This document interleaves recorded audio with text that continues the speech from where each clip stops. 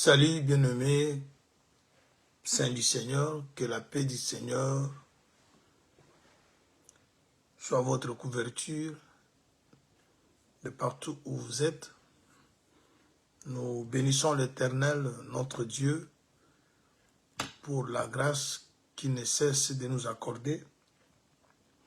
Il a accepté que nous soyons encore rassemblés ce matin autour de sa table pour pouvoir bénéficier de sa nourriture.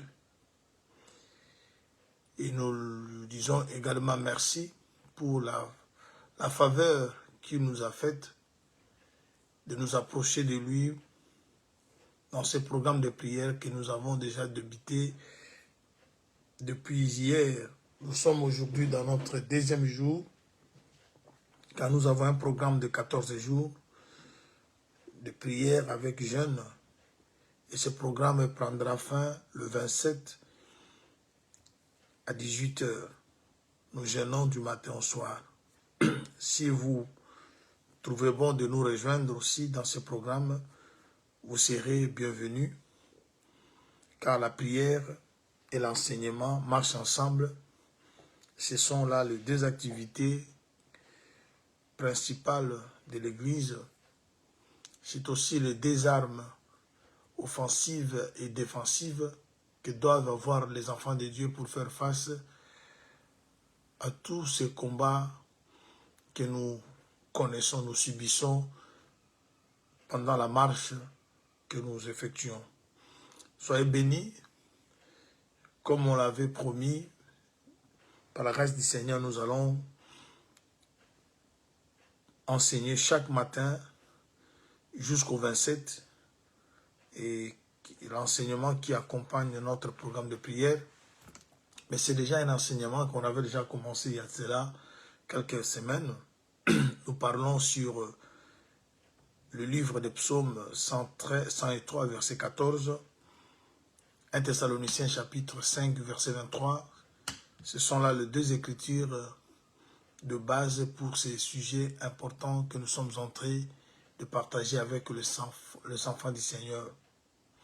Et le thème, nous l'avons soutiré dans le livre des psaumes 103, verset 14, où David dit « Car Dieu sait de quoi nous sommes formés, et il se souvient que nous sommes poussière. » Dans notre programme de prière, nous prions le Seigneur Dieu qui sait de quoi nous sommes formés, de pouvoir venir à notre aide pour que nous puissions quitter la poussière pour le trône, comme cela est déclaré dans le livre de 1 Samuel chapitre 8.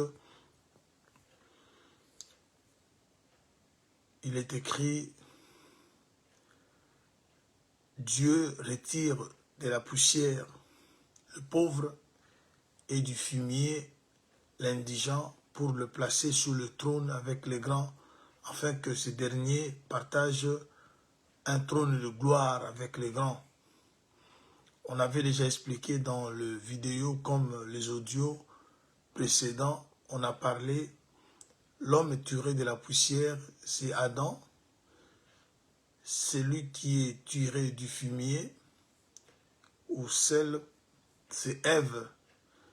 Je crois qu'on avait parlé, l'homme, c'est l'homme Adam, c'est le pauvre. Pourquoi pauvre? Il est écrit, n'aimez pas le sommeil, sinon vous deviendrez pauvre.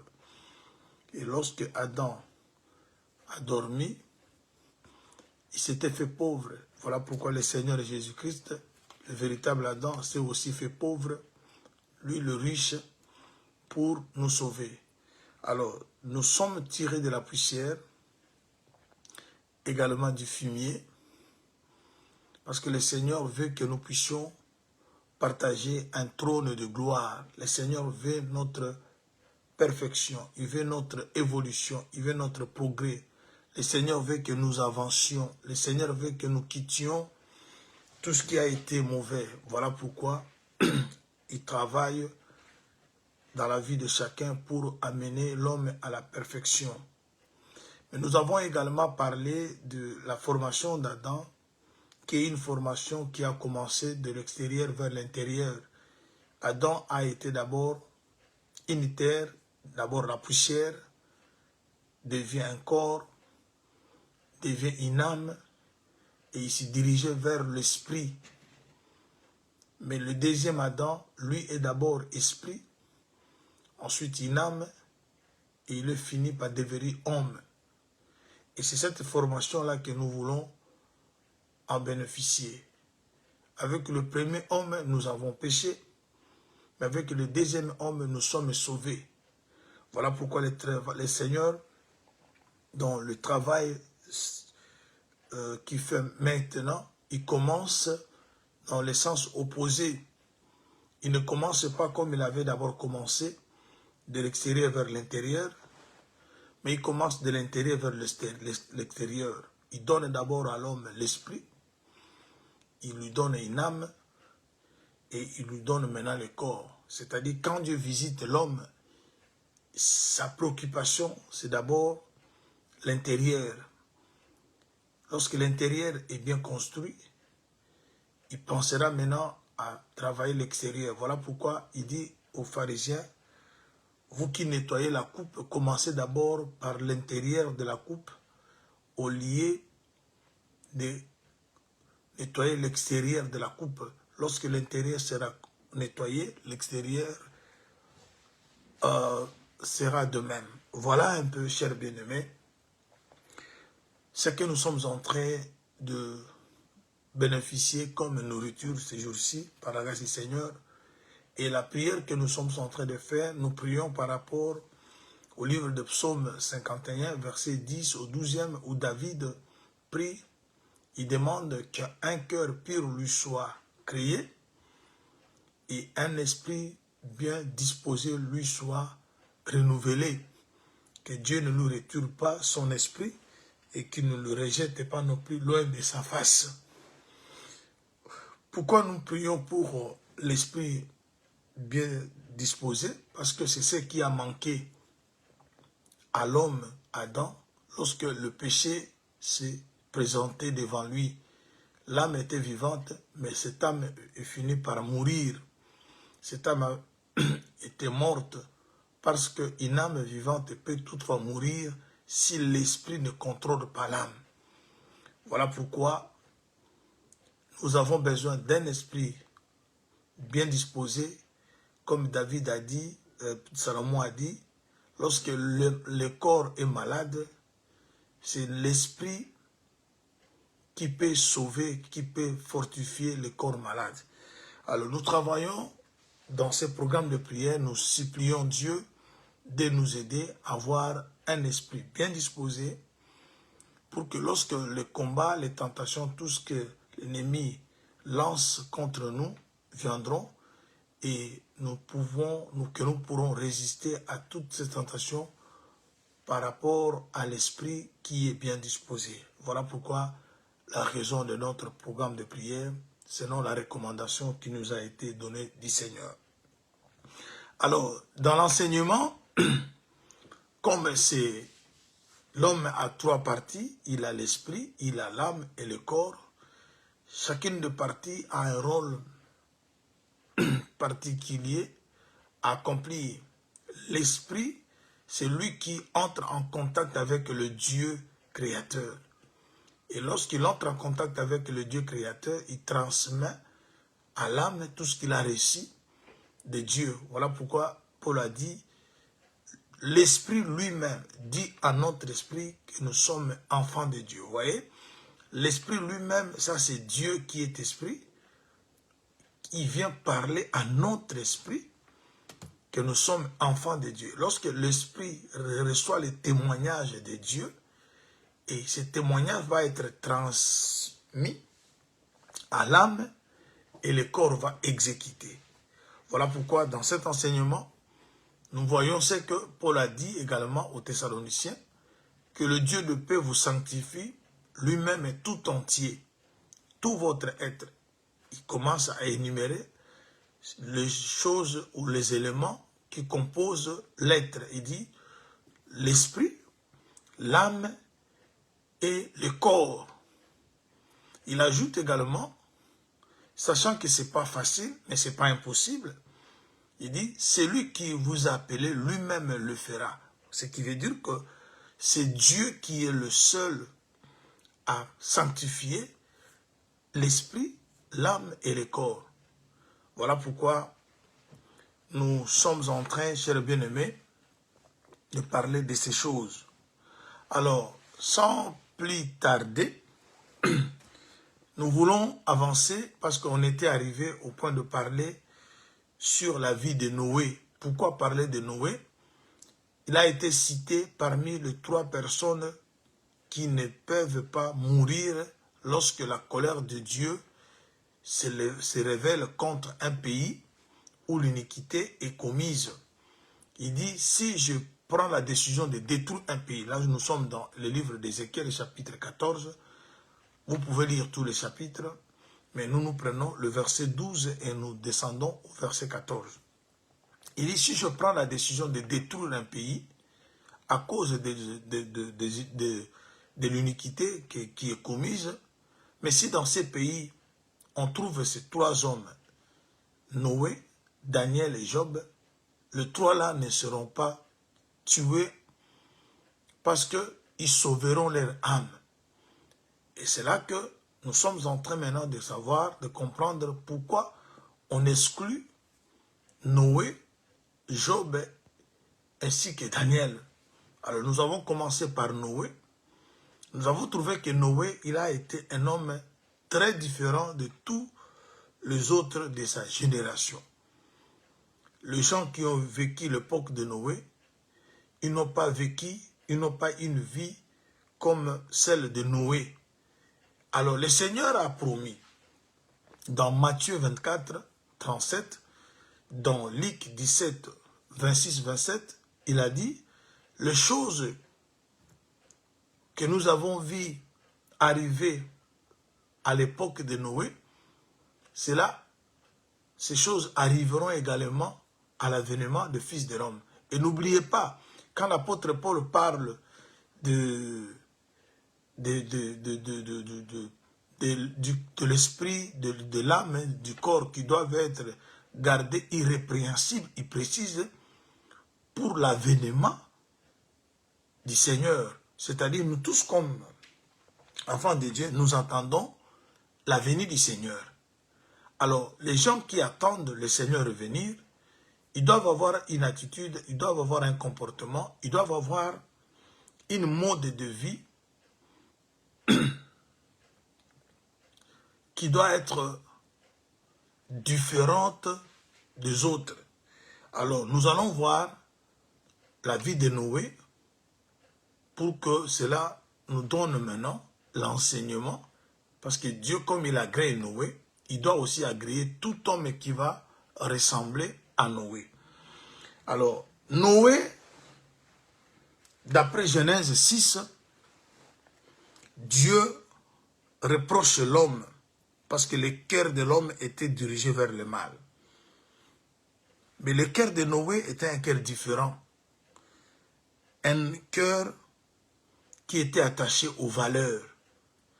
Et il est écrit, Noé trouva grâce aux yeux de l'Éternel. Là, nous sommes dans Genèse chapitre 6, verset 8.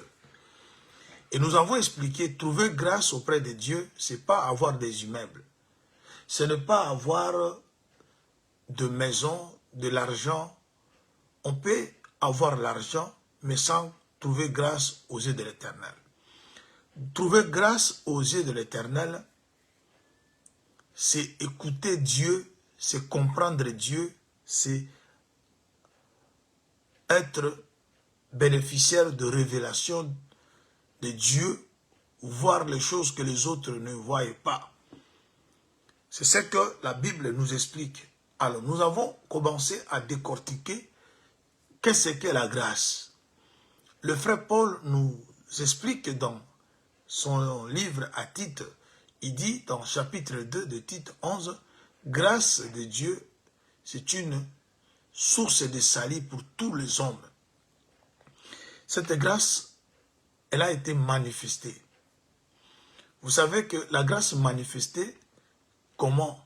Vous allez vous rappeler du livre de Jean.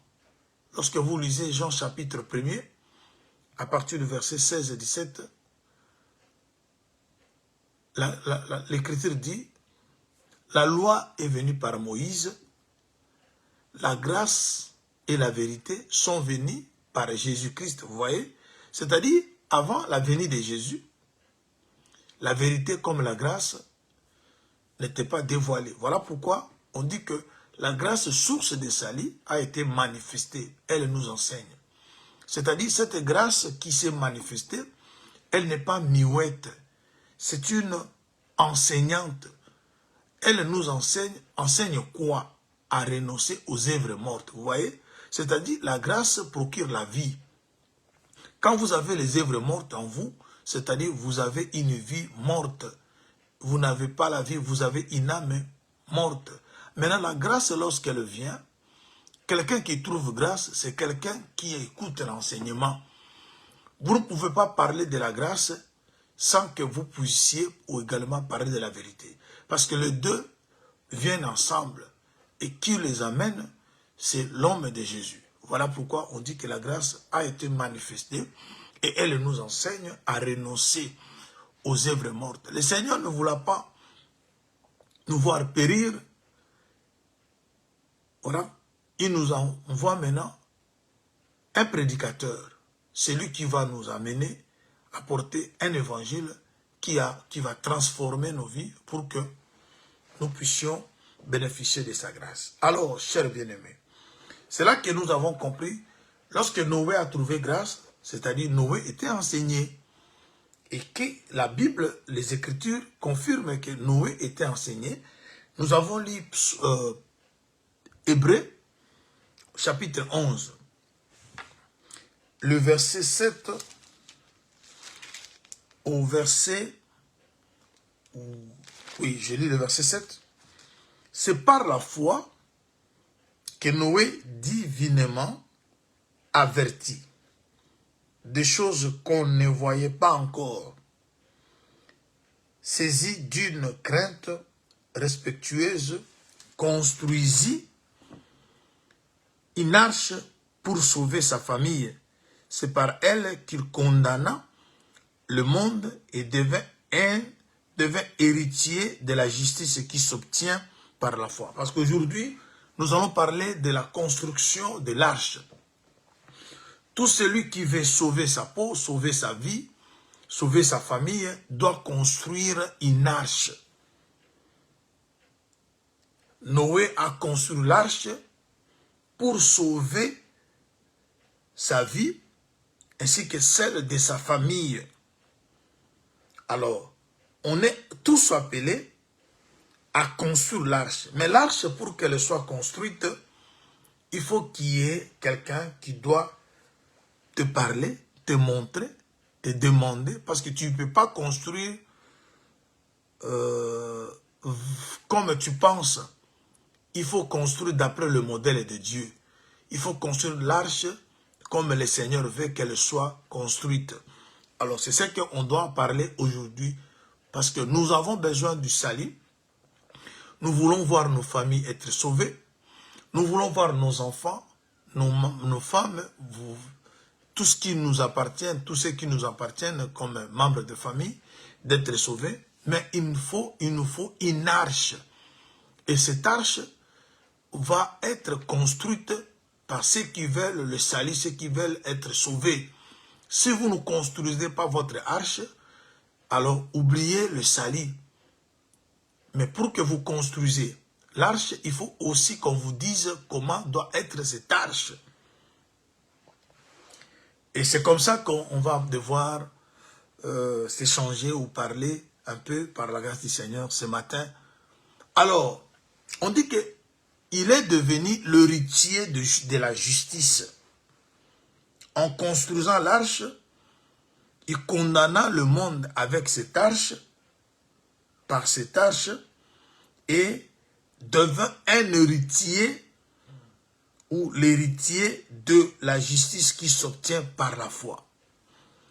Alors, nous voulons, chers bien-aimés, vous faire voir quelque chose. Nous sommes dans le livre de Genèse, parce que Hébreu nous a dit, Noé a construit l'arche pour sauver sa famille. Et vous avez vu que Dans l'arche, c'est seulement la famille de Noé qui est entrée. Sa femme, ses enfants et les femmes de ses enfants, ainsi que des animaux. Alors, je vais d'abord retourner dans le livre de Genèse. Voir comment Dieu parlait à Noé, comment il lui donnait des orientations par rapport à l'arche qui devait sauver sa vie. Au chapitre 6 de Genèse, nous commençons au verset 8. Mais Noé trouva grâce aux yeux de l'Éternel. Voici la postérité de Noé. Noé était un homme juste et intègre dans son temps. Noé marchait avec Dieu. Noé engendra 3 fils, Sem, Cham et Japheth. La terre était corrompue. Devant Dieu, la terre était pleine de violence. Dieu regarda la terre et voici, elle était corrompue, car toute chair avait corrompu sa voie sur la terre.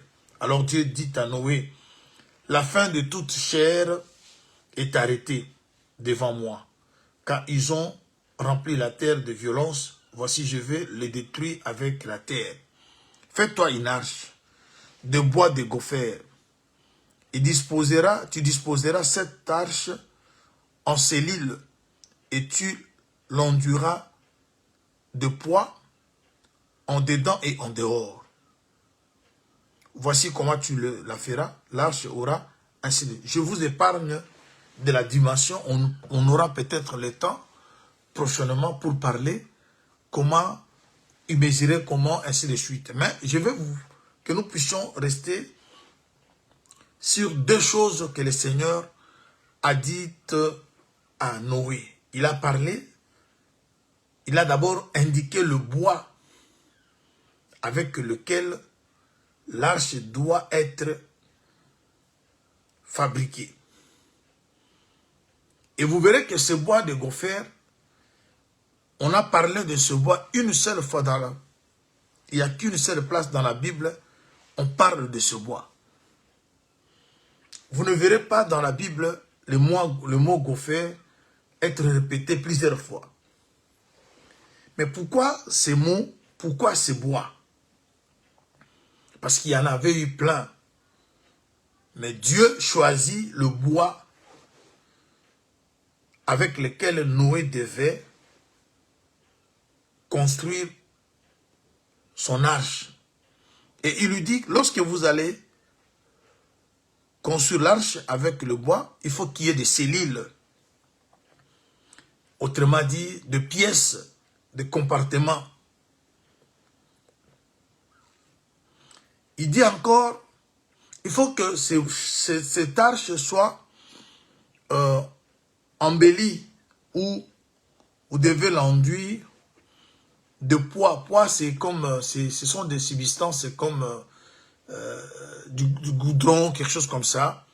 Pour juste, on dit, vous allez mettre ces poids, cette matière appelée poids, en dedans comme en dehors. C'est-à-dire, vous avez le bois de gopher et vous prenez cette substance-là ou cette matière appelée poids, vous placez en dedans et vous placez également en dehors. Nous allons essayer, par la grâce du Seigneur, parler des choses. Pourquoi le bois et pourquoi cette matière appelée poids qu'on devait placer sur le bois avec lequel on faisait l'arche. Mais la chose la plus importante, c'est que l'arche devait être faite par les matières ou le matériau, si vous voulez, choisi par Dieu lui-même. Les matières ainsi que le matériau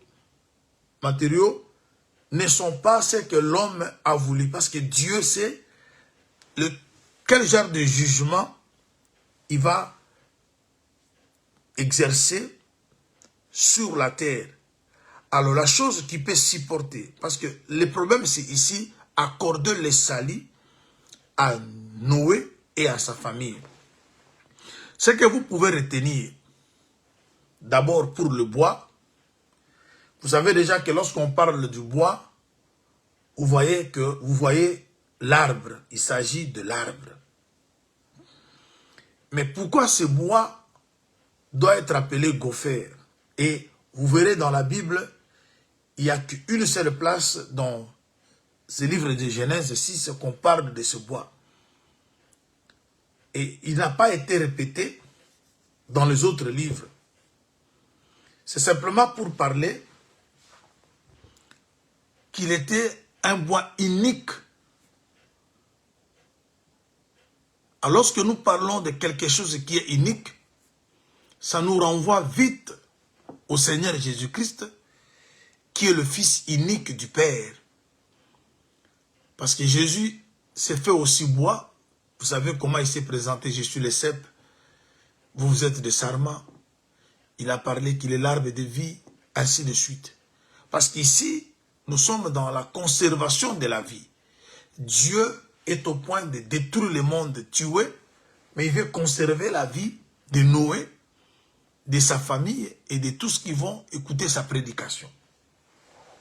Alors, Dieu va indiquer un bois. Vous verrez aussi dans le livre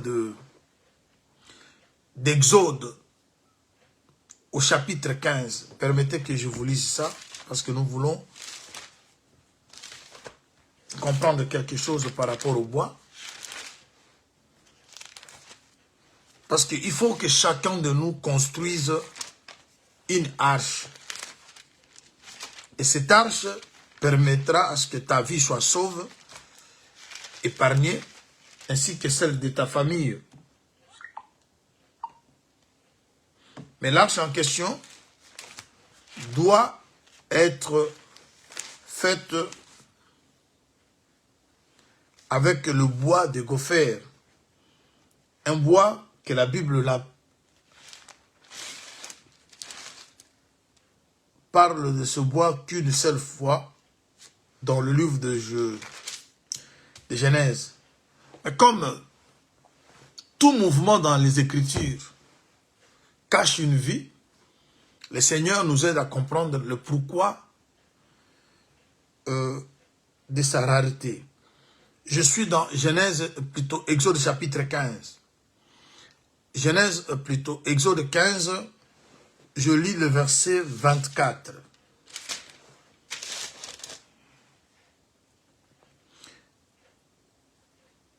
Le peuple murmura contre Moïse en disant: que boirons-nous?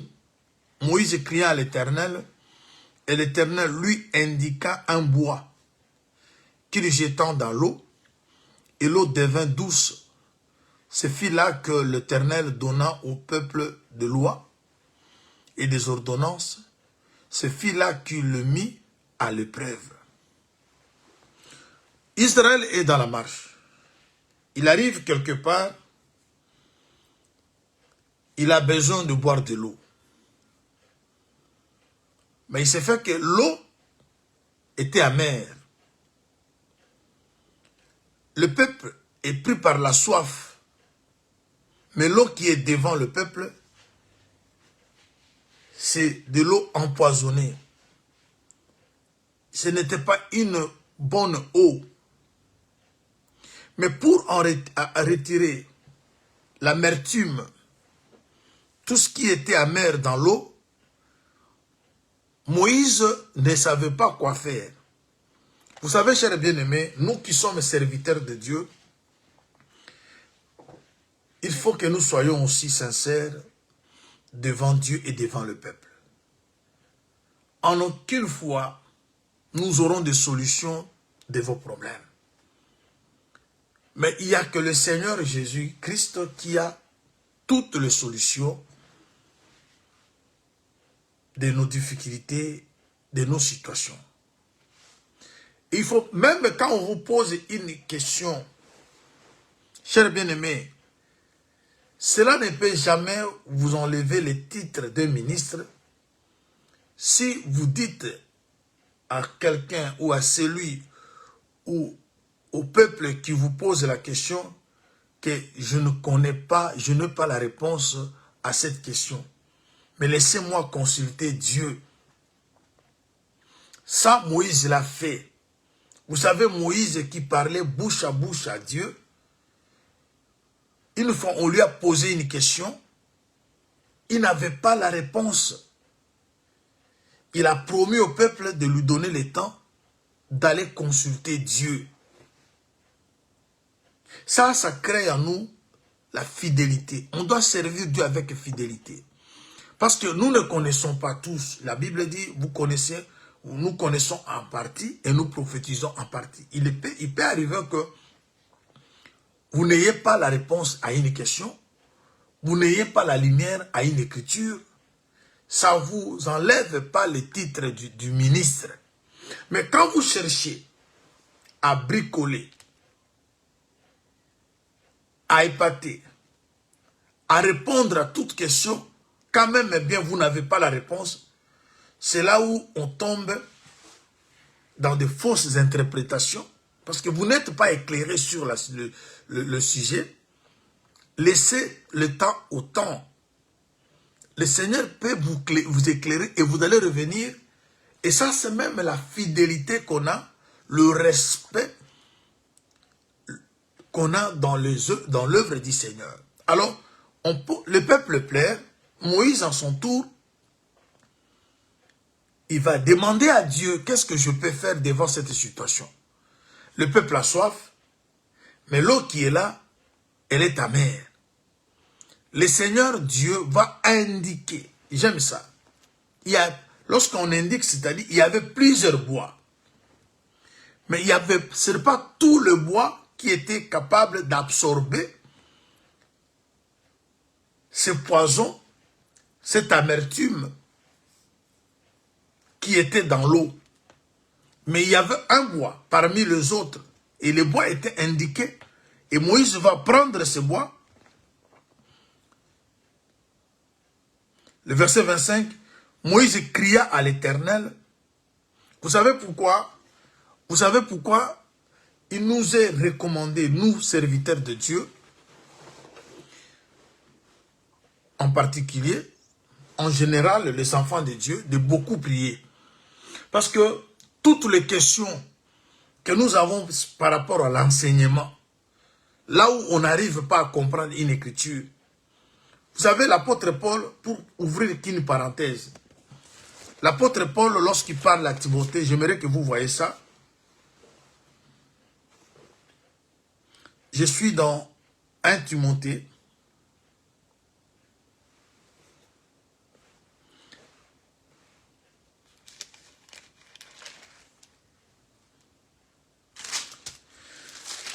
Je suis dans 1 Timothée.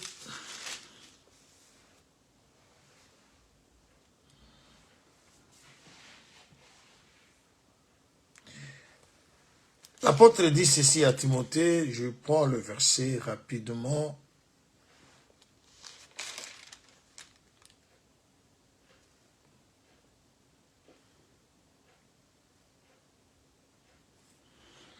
Je suis au chapitre 4, le verset 12. Que personne ne méprise ta jeunesse, mais sois un modèle pour les fidèles en parole, en conduite, en amour, en foi et en pureté. Jusqu'à ce que je vienne. Applique-toi à la lecture, à l'exhortation, à l'enseignement. Ne néglige pas le don qui est en toi, qui a été donné par la prophétie avec l'imposition de main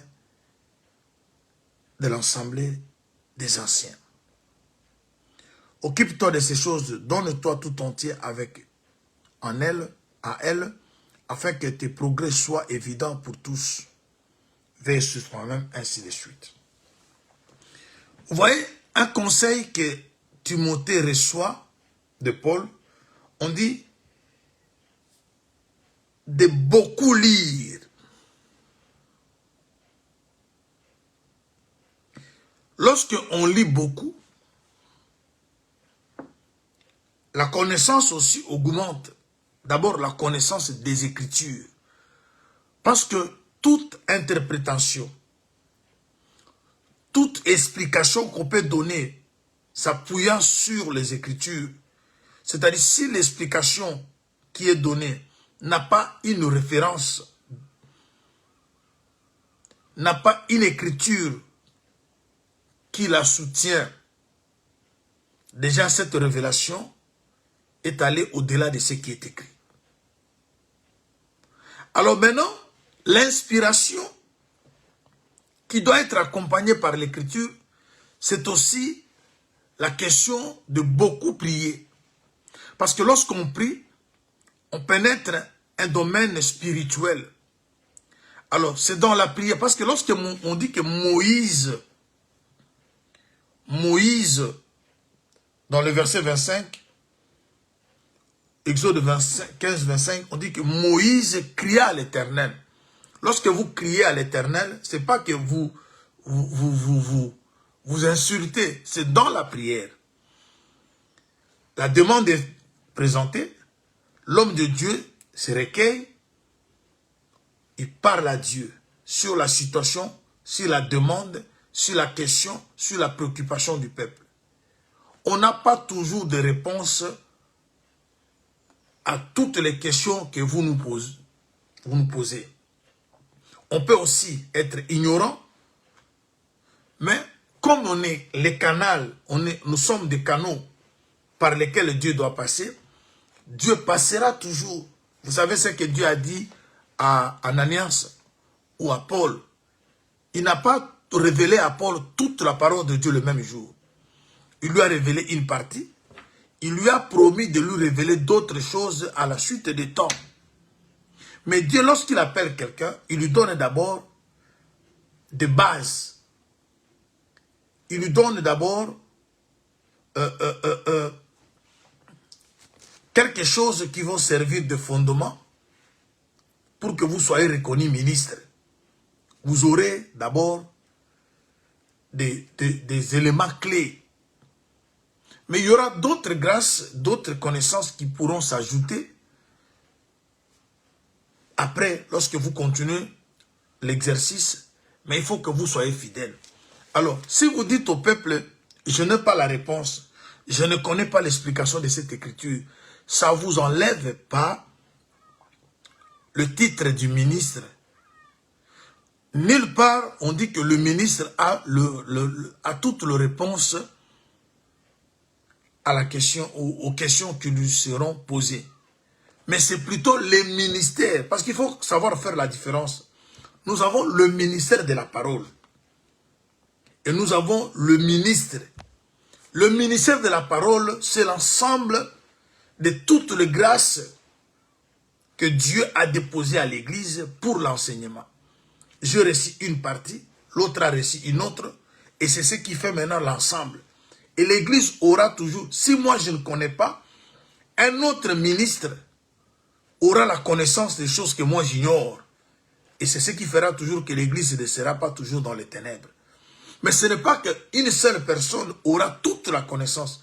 À l'exception de Jésus-Christ, c'est lui qui avait toute la connaissance parce qu'il est Dieu. Mais nous avons reçu des grâces, mais lui avait reçu un esprit sans mesure. Ça, c'était qu'une parenthèse. Revenons vite dans ce que nous étions en train de dire. Alors, Moïse est allé auprès de Dieu. C'est Dieu maintenant qui va lui indiquer le bois qui était capable d'absorber tout ce qui était comme amertume dans l'eau. Parce que le peuple avait besoin de l'eau, mais l'eau était amère. Mais il faut un bois. Je suis parti là-bas pour simplement amener le peuple de Dieu à comprendre que la solution, c'est le bois qui a la solution. Et le bois qui apporte la solution ne parle pas d'une autre personne si ce n'est de notre Seigneur Jésus-Christ. Alors, au temps de Noé, la solution, c'est le bois qui devait amener. Mais ça doit être un bois unique. Vous verrez même que le bois que Moïse avait pris pour jeter dans l'eau, son nom n'a même pas été donné. On dit qu'on lui a montré un bois, c'est-à-dire qu'il y en avait plusieurs. Mais on choisit un parmi les autres, et c'est ce bois-là qui avait la capacité d'absorber toute l'amertume.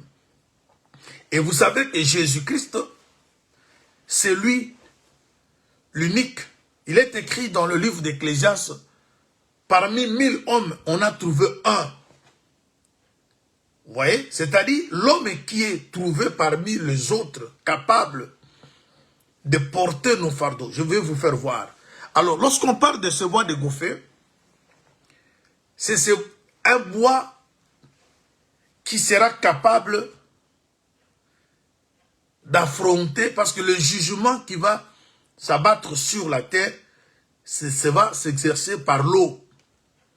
Alors le Seigneur a choisi un bois qui sera capable, qui ne sera pas englouti dans l'eau, mais qui va flotter, qui va marcher, qui va dominer. Parce que, vous savez, il y a eu, au début de la création, l'Esprit de l'Éternel mouvait au-dessus des eaux. Vous voyez?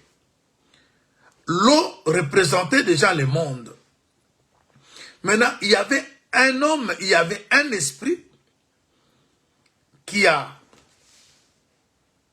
marché sur les eaux. Et nous avons plus tard, lorsque le même esprit a porté le corps à la personne de Jésus, il a aussi marché sur les eaux. Il a défié la pesanteur. Voilà pourquoi le Seigneur n'a pas voulu que tout le bois soit pris pour l'utilisation, pour la fabrication de l'arche. Mais il va présenter à Noé le bois appelé gopher. C'est-à-dire pour Dieu, c'est ce bois-là qui avait la capacité de flotter sur l'eau. Parce que le jugement sera fait par l'eau. Parce que la pluie viendra. Alors maintenant, parce qu'il y a eu des arbres, il y a eu d'autres bois qui étaient engloutis dans l'eau. N'oubliez pas. Parce que même les montagnes étaient dans l'eau. Des forêts étaient dans l'eau. Lorsque nous parlons de forêts, nous parlons des arbres. Mais il y a un bois que le Seigneur avait vu que lorsque l'eau viendra, ce bois-là ne sera jamais englouti dans l'eau. Vous savez, bien-aimés, la seule chose que l'eau ne peut pas engloutir, je prends une écriture. Nous sommes dans le livre des Cantiques.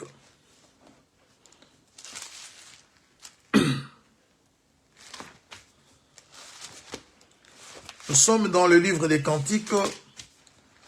Voyons ce que l'homme de Dieu nous dit.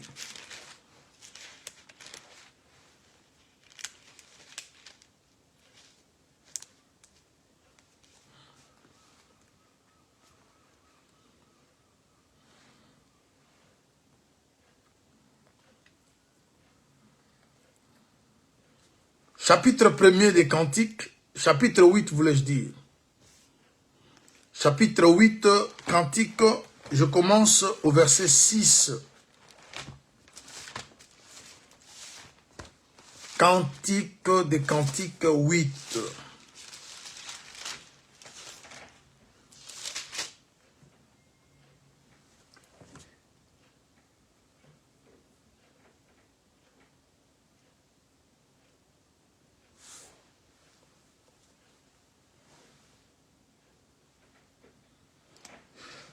On lit le verset 6. Mets-moi comme un sceau sur ton cœur, comme un sceau sur ton bras, car l'amour est fort, et fort comme la mort. La jalousie est inflexible comme le séjour de mort. Ses ardeurs sont des ardeurs de feu, une flamme de l'Éternel. Les grandes eaux ne peuvent éteindre l'amour. Le fleuve ne le submerge pas. Car l'homme offrirait tout le bien de sa maison contre l'amour, il ne s'étirerait que de mépris. Ici, l'apôtre, le psaume, nous explique ce qu'est l'amour. Vous savez, bien aimé, l'amour, selon cette écriture, les eaux ne peuvent pas le submerger, même le fleuve. Alors, le salut, pour qu'il nous soit attribué, c'est l'expression de l'amour de Dieu. Il est écrit dans Jean 3, quand Dieu a tant aimé le monde, vous voyez, il a donné son Fils unique, afin que quiconque croit en lui ne périsse point, mais qu'il ait la vie éternelle. C'est-à-dire, ne pas croire au Fils, c'est accepter de périr. Et pour que nous ne périssons pas, nous devons croire au Fils. Et le Fils qu'on offre, c'est l'expression de l'amour du Père. Alors Dieu, pour sauver le monde, il envoie son Fils qui est l'amour. Et le bois, quand on peut parler ici de gopher, c'est un bois différent des autres, un bois qui ne peut jamais être submergé par l'eau. Vous savez ce que la Bible dit, même si l'ennemi vient comme un fleuve, l'Esprit de l'Éternel le mettra en fuite. Alors, l'ennemi peut venir comme l'eau, comme un fleuve, mais l'Esprit de l'Éternel, l'Esprit de l'Éternel qui a marché sur les eaux au début de la création, ce même esprit s'est fait chair à la personne de Jésus. Il a marché sur les eaux. C'est-à-dire, nous sommes sauvés parce que Dieu nous aime. L'amour de Dieu s'est manifesté dans le corps de Jésus pour sauver ceux qui croient à cet évangile que nous appelons l'évangile de la grâce. Alors, le bois était indiqué. Vous verrez de même, lorsque vous êtes dans 2 Rois, chapitre 6, lorsque vous lisez du 1er au 6e verset, on nous parle, les enfants des prophètes étaient partis couper des bois. Lorsqu'ils étaient en train de couper, la hanche de le fer avec lequel on se servait pour couper est tombée dans l'eau.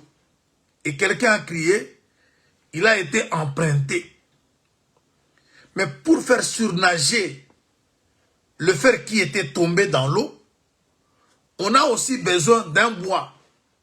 C'est-à-dire, le bois a toujours été la solution. Mais pas n'importe quel bois. Vous comprenez maintenant que c'est le bois qui a la solution. Lorsque vous perdez quelque chose dans l'eau, c'est le bois. Je prends cette écriture. 2 Rois chapitre 6. 2 Rois 6, du 1er au 5e, au 6e verset. Voilà. 2 Rois. Le fils des prophètes dirent à Élisée, voici le lieu où nous sommes assis devant toi et trop étroit. Pour nous, allons jusqu'au Jourdain et nous prendrons là chacun une poutre et nous y ferons un lieu d'habitation. Élisée répondit, allez. Et l'un d'eux dit, consent à venir avec les serviteurs. Il répondit, j'irai. Il partit donc avec eux. Arrivé au Jourdain, ils coupèrent de bois, et comme l'un d'eux abattait une poutre, le fer tomba dans l'eau, et s'écria, oh, ah, mon Seigneur, il était emprunté. L'homme de Dieu dit, où est-il tombé? Et lui montrant la place, alors Élisée coupa un morceau de bois, le jeta à la même place, il fit surnager le fer. Vous voyez? Je suis en train de vous dire quelque chose parce que nous sommes en quête de solutions. Nous avons des problèmes qui nous dépassent. Nous avons des situations qui nous rendent mal à l'aise. Et nous ne savons pas à qui nous confier. Et ce que vous remarquez ici, quand ces jeunes hommes ont voulu partir couper des bois, ils ont insisté que l'homme de Dieu soit avec eux. Ça, c'est encore un élément très important. Lorsque vous faites toutes choses, tout ce que vous faites dans votre vie, et que vous acceptez que la présence de Dieu vous accompagne, sache que Dieu n'abandonne jamais. Il est l'ami fidèle qui n'abandonne jamais ses amis, même au temps des malheurs. Alors, si l'homme de Dieu n'était pas avec ces jeunes hommes et que le fer était tombé dans l'eau sans qu'il y ait quelqu'un pour trouver une solution. Vous voyez pourquoi, lorsque nous insistons que nos vies dépendent du Seigneur, nous ne pouvons jamais écarter Jésus de ce que nous faisons. Il doit être au centre. Parce que lorsque quelque chose ne tourne pas bien, on va toujours recourir à ce Jésus pour trouver la solution. Le malheur atteint souvent le juste, mais Dieu l'en délivre. Mais pour que Dieu puisse délivrer, il faut que vous ayez d'abord le statut de juste. C'est comme le cas de Noé. Parce qu'il a été l'héritier de la justice. Alors, la justice, c'est ce qui nous a été déjà recommandé, d'après Matthieu 6 et 33. Cherchez premièrement le royaume et la justice de Dieu. Et toutes les choses vous seront données par-dessus. Lorsqu'on est juste, c'est de la garantie. Quand quelque chose ne marche pas, quand un malheur t'arrive, sache que le Seigneur ne t'abandonnera jamais. Il volera à ton secours. Alors là, je suis en train d'expliquer le choix du bois. Bois solution. Avec Noé, la solution, c'était le bois. Et le bois devait être indiqué par Dieu. Et c'est un bois que la Bible n'a plus répété son nom, excepté dans Genèse 6, une seule fois dans les Écritures, on parle de ce bois de gopher. C'est pour parler qu'il est le fils unique de son père. Parce que nous savons tous que Jésus, c'est un arbre. Il est également fils du père. C'est lui la solution. Alors c'est ce bois-là de gopher qui doit être choisi pour construire, pour qu'il soit, avec ce bois qu'on puisse construire l'arche. Parce que l'arche, c'est le lieu de refuge. Et il doit se réfugier, lui et sa famille, dans l'arche. Et le jugement qui va venir, ça sera la pluie. Alors nous comprenons que il n'y a qu'un seul bois qui a résisté à cette eau-là. Parce que quand la pluie est descendue pendant 40 jours, on dit que même les montagnes étaient englouties dans l'eau. Mais il y a un bois que l'eau n'a pas pu l'engloutir. C'est le bois de gopher. Ce qui veut dire que le bois de gopher, c'est le corps de Jésus. Nous avons tous intérêt de construire Jésus dans notre vie. Bien-aimé, parce que Noé a conçu l'arche pour son salut à lui, ainsi que pour le salut de sa famille. Alors si le gopher, l'arche, qui a sauvé la vie de Noé ainsi que de sa famille, parle du Seigneur Jésus-Christ, c'est-à-dire tout un chacun de nous est appelé à construire. C'est ce que l'apôtre Paul dit dans Galates. Il dit, je prends Galates chapitre 4.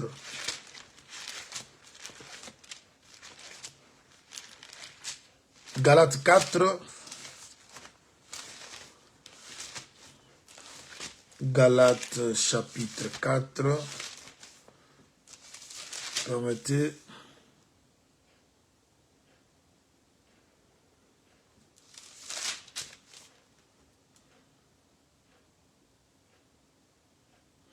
Je suis au verset 19. Mes enfants, pour qui je prouve de nouveau les douleurs de l'enfantement, jusqu'à ce que Christ soit formé en vous. Vous voyez? C'est-à-dire, chacun de nous doit avoir Christ formé en lui. Alors, c'est ça que l'apôtre Paul dit que lui prouve le douleur d'enfantement. Il se place à la place d'une femme. Parce qu'un ministre joue aussi le rôle d'une femme. Et les gens qui écoutent la parole de Dieu deviennent maintenant les enfants qui allaitent. Alors par la prédication, par les enseignements que donnent les hommes de Dieu, ces enseignements forment dans la vie de chacun de nous le Christ. Et c'est là que nous disons que chacun doit former, construire l'arche. Parce que ici, le bois de gopher, c'est le bois indiqué par Dieu pour donner la vie à Noé et à sa famille. Et quand Dieu s'est changé avec Noé, les gens de sa génération ne comprenaient pas ce qu'est gopher, ce que gopher peut faire. Ils voyaient, ils prenaient Noé d'un fou, ils pensaient que cet homme a perdu le sens. Mais c'était plutôt un homme qui avait du sens, mais plutôt il avait l'avance. Il voyait les choses que les autres ne voyaient pas. Alors, ça c'est d'abord le premier élément. Le choix de matériaux. On ne construit pas l'arche avec n'importe quoi. La chose avec laquelle l'arche devait être faite, elle était indiquée par Dieu. Voilà pourquoi il est écrit, sous le soleil, il n'y a que le nom de Jésus qui nous a été donné. Et c'est par ce nom que nous avons le salut. Il n'y a pas plusieurs. Le gopher, c'est l'unique et le seul nom qui donne la vie. Parce que ce qui arriva au temps de Noé, arrivera de même à l'avènement des fils de l'homme. C'est-à-dire, au moment où nous sommes, chers bien-aimés, nous sommes en train de vivre les événements que Noé a vécu avant le déluge. Alors le Seigneur, pour nous épargner du déluge qui est le symbole du jugement, il veut que chacun construise l'arche. Et l'arche va être construite par le bois de gopher, comme je suis en train d'expliquer. Bois de gopher ne parle que du Seigneur, un bois qui est capable d'affronter l'eau. Et le Seigneur ajoute, on doit prendre maintenant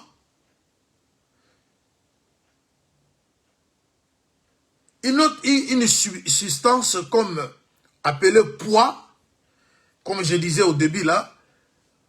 Poids, si vous voulez comprendre ce qui est poids, c'est comme du goudron. On doit prendre cela, on doit couvrir le bois de gopher à l'intérieur comme à l'extérieur par ce matériel appelé poids. La raison de cette substance, c'est quoi? Pourquoi on devait prendre encore une chose appelée au nom du poids, embellir le bois de gopher? Dieu pensait à quoi? Dieu voulait que le bois soit imperméable, que l'eau n'entre pas, parce que la pluie est descendue, il a pris pendant 40 jours. C'est-à-dire, le bois était sur l'eau, et en même temps, l'eau tombait sur le bois. Alors, pour la conservation de ceux qui sont à l'intérieur de l'arche, on a voulu que l'arche soit, le bois soit embelli, couvert de ce matériel, de cette substance appelée poids.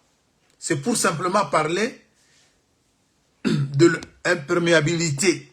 Mais je vais expliquer quelque chose là-dessus. Vous allez voir ce qui s'est passé à cette époque de Noé. L'arche était devenue un corps qui recevait des coups. Je prends une écriture, je suis dans Job 37.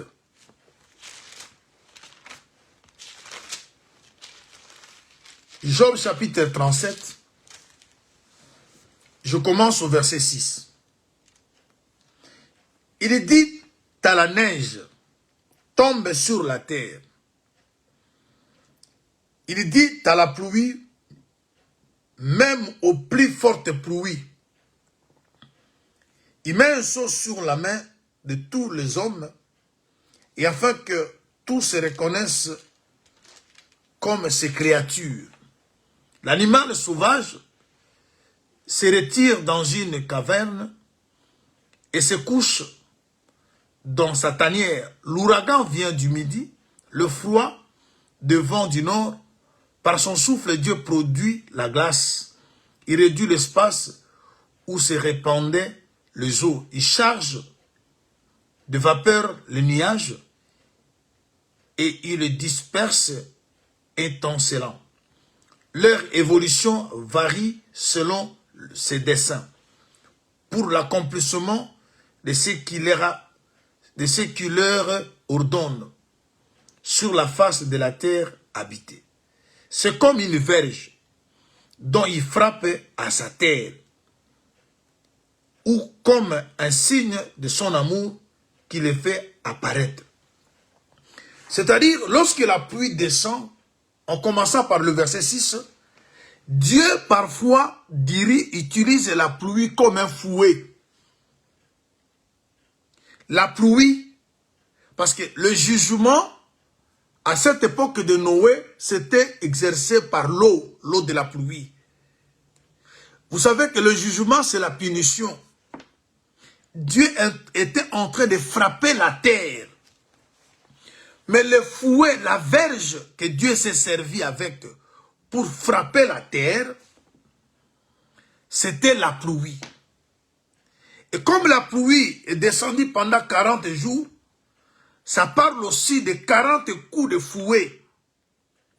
Rappelez-vous de ce que l'apôtre Paul a dit quelque part. Il a reçu 40 coups moins 1.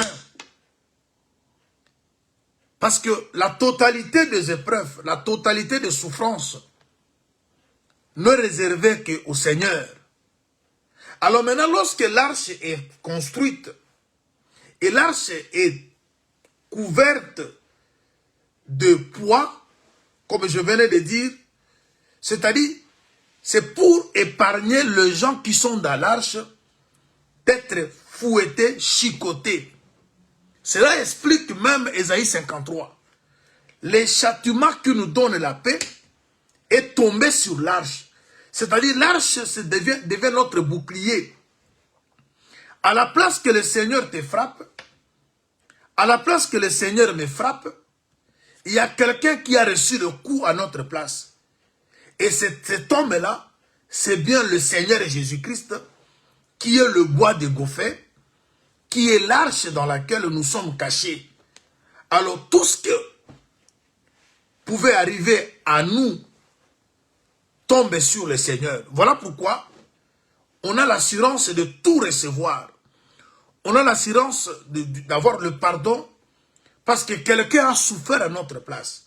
Voilà pourquoi vous avez vu, on a pris le matière là, la matière dont la Bible appelle poids, on a embelli le bois de Gopher avec lequel on s'est servi pour former de l'arche. C'est simplement pour mettre la famille de Noé à l'abri. C'est-à-dire, vous n'êtes pas touché par la colère de Dieu, vous n'êtes pas touché par les châtiments de Dieu, mais il y a quelqu'un qui reçoit sur lui la frappe.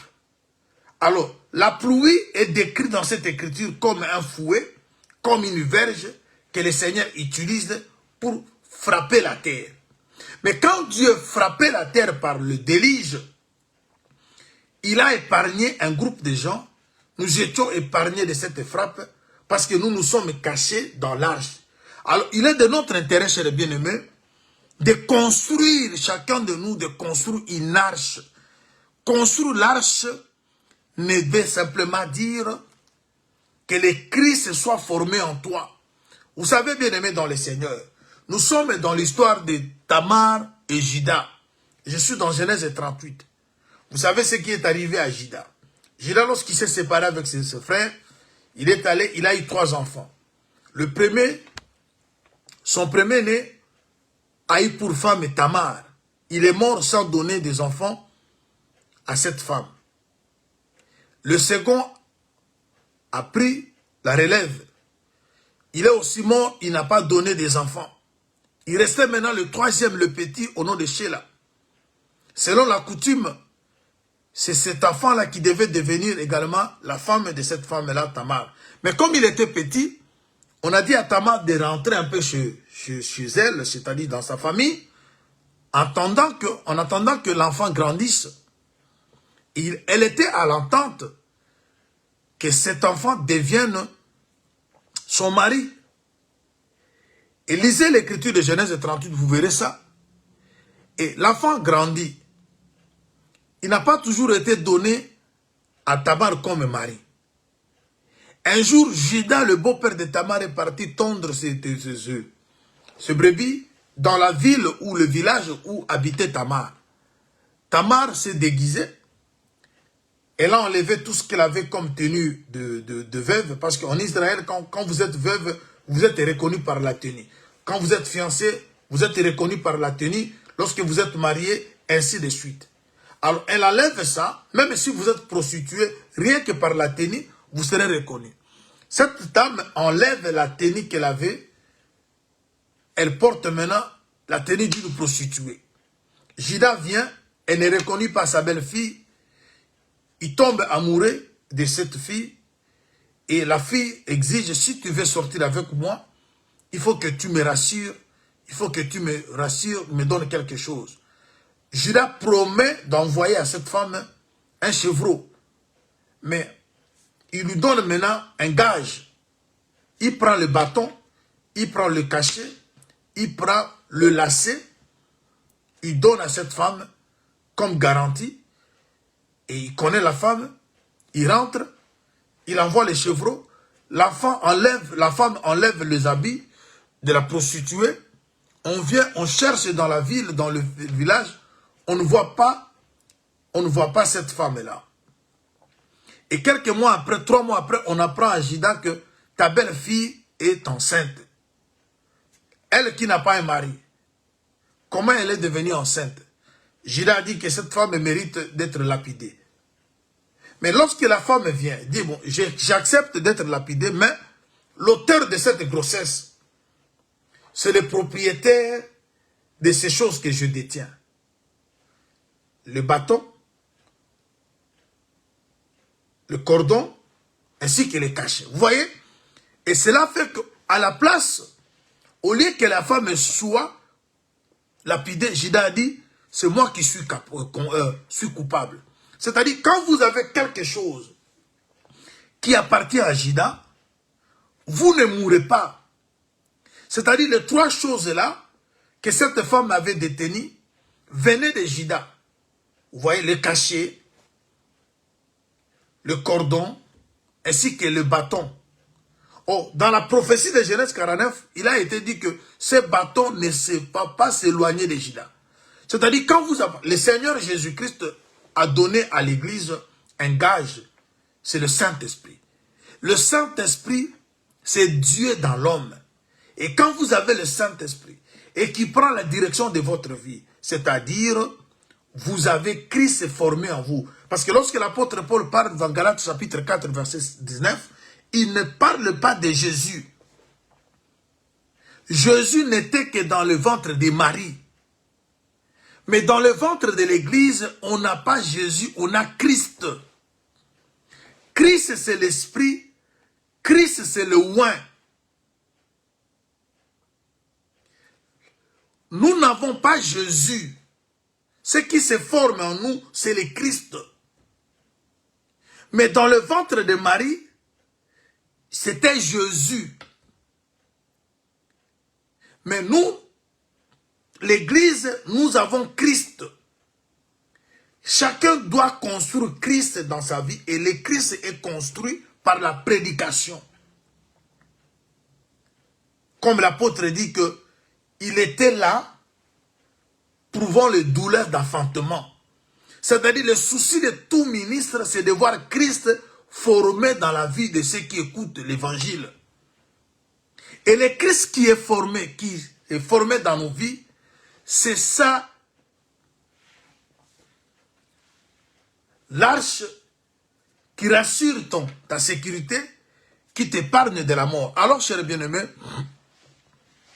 maintenant, il se passe une chose. J'ai pris le temps d'expliquer le bois de gopher, ainsi que le poids qu'on devait mettre à l'intérieur comme en dedans. C'est-à-dire, en Christ, nous sommes sécurisés. L'eau ne va pas entrer.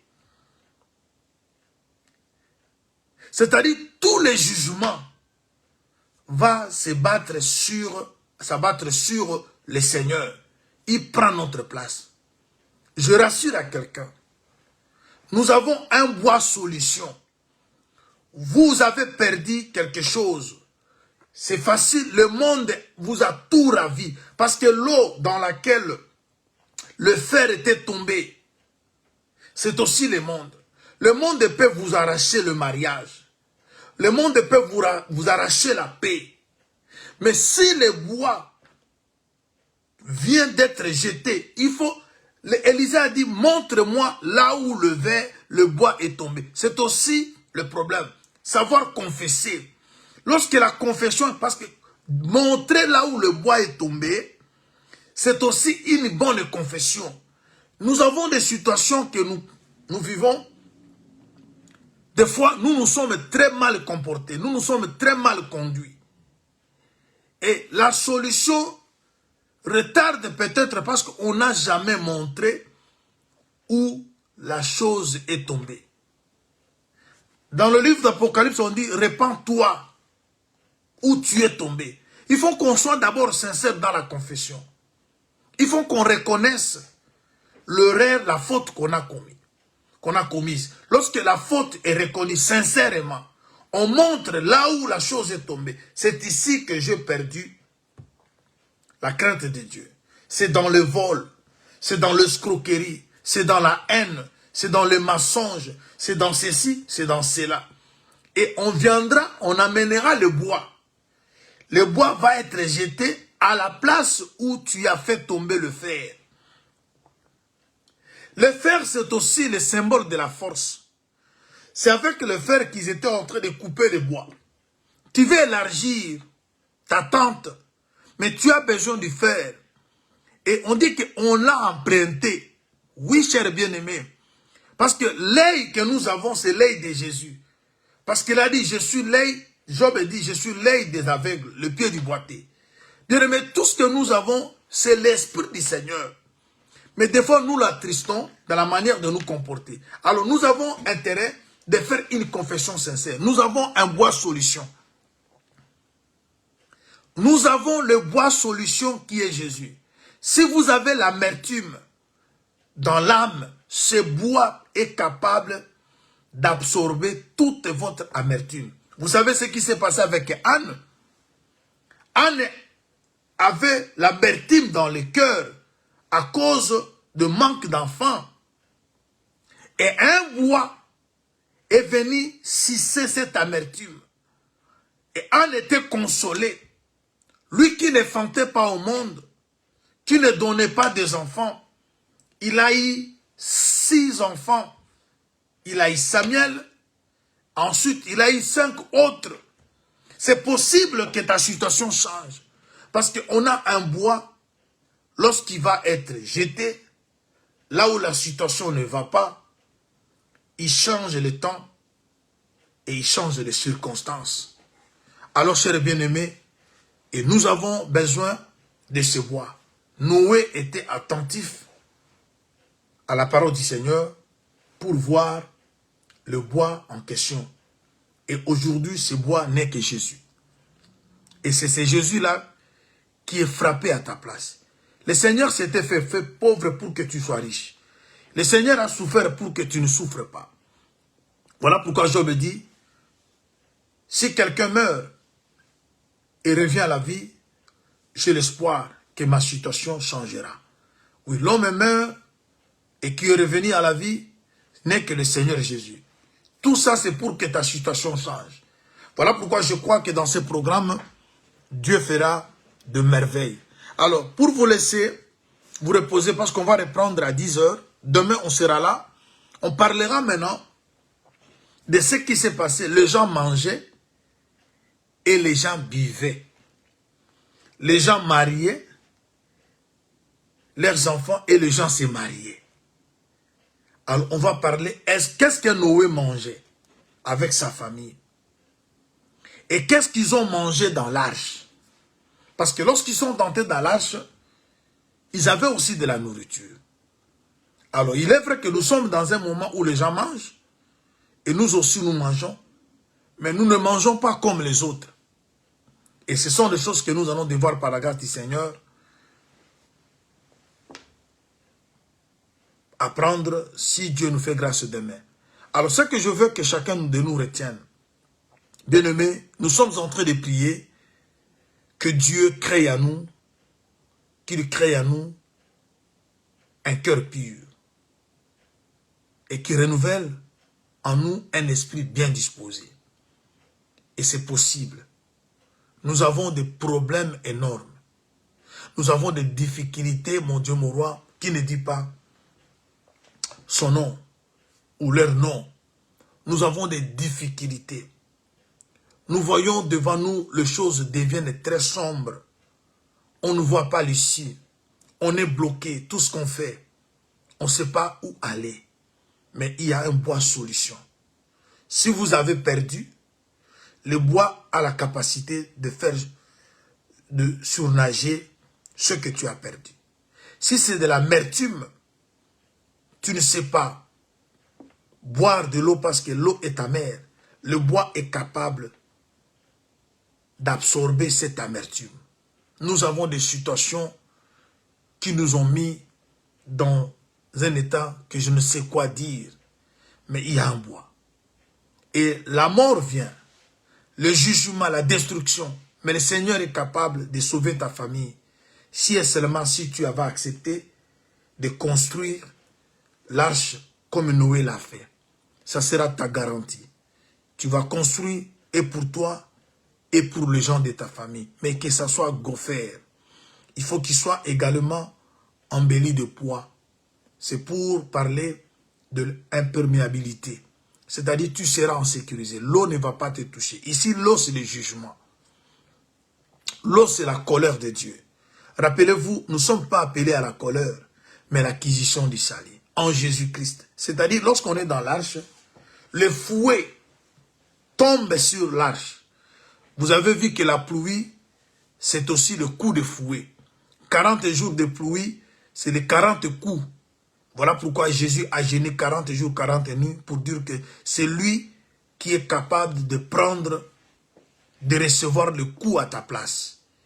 Alors, relève-toi, bien-aimé, ne perds pas l'espoir, il y a le bois solution.